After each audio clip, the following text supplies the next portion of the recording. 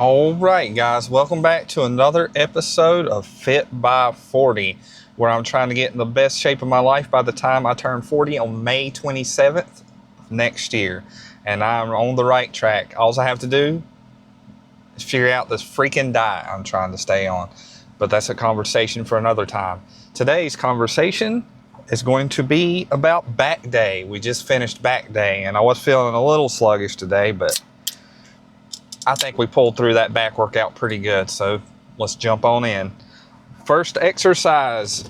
So generally I do the pullovers last. So I did my back workout in reverse just to switch it up and just get a different feel for all the exercises. Because if you're doing the same exercises in the same order all the time, you might be leaving something on the table. Like, I can't say that for certain, but it's just how I feel about the subject. So first exercise was cable pullovers.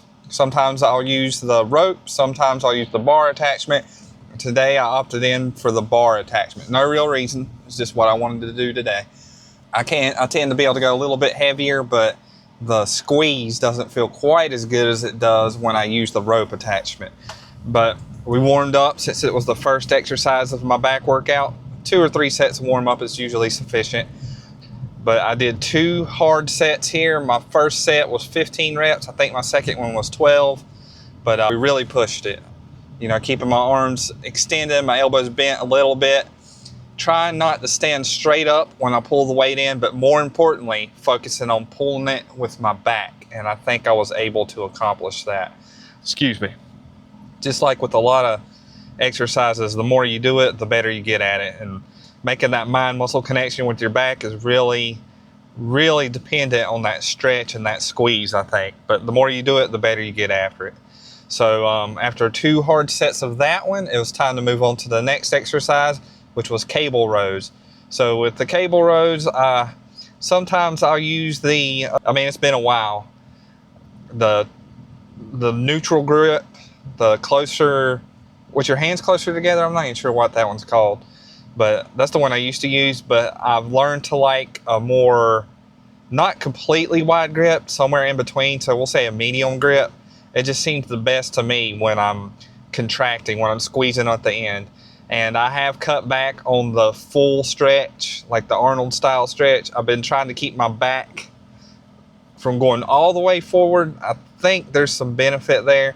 Because when you're using too much momentum to pull the weight, you're taking away from the contraction, the mind-muscle connection with your back. I know that way does work for some people, but it doesn't work. You gotta figure it out for yourself. If that's the way you want to do it, cool. But I did it that way for a while, and I'm liking the new way for now.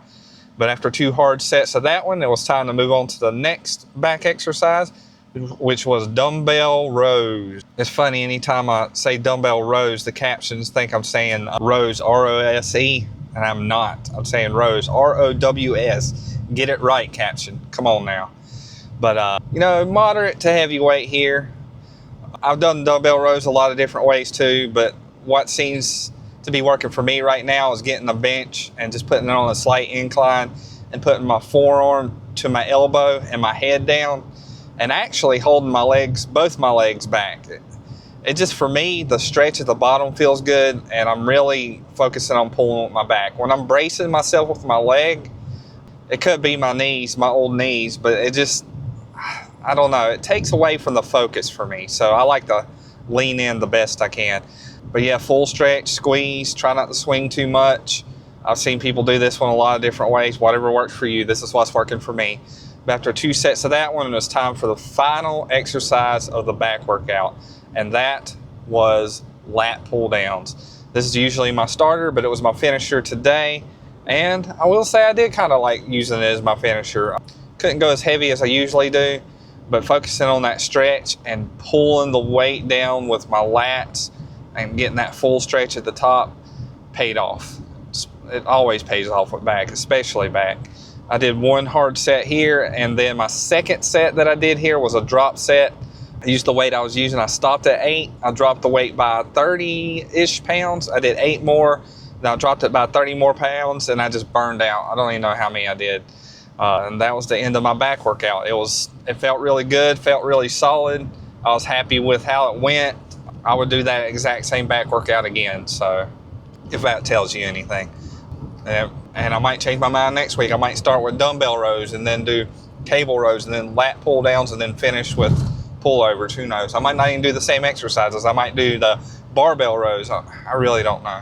Haven't done T-bar rows in a while. Maybe I'll do that. But, you know, just having a lot of exercises at your disposal is definitely going to help you in the long run. So absolutely try as many different things for each muscle group as you can. That way, if your workout's not going according to plan, you can adjust at any time. You should be able to do an almost complete back workout with a 40-pound dumbbell. That's how big your exercise catalog needs to be, I think. But super happy about the workout. I'm going to go home, get some protein in my body, and that's it. So tomorrow's going to be leg day. Excited about that one. We're going to bring back the barbell squats. I did hack squats on the last two, but I think I'm ready to do some heavy barbell squats again. So I'm looking forward to that. Don't let that dreamer die. Keep the grind alive. Never give up on yourself, and don't let the hard days win. I'll see you guys next time. Have a good one.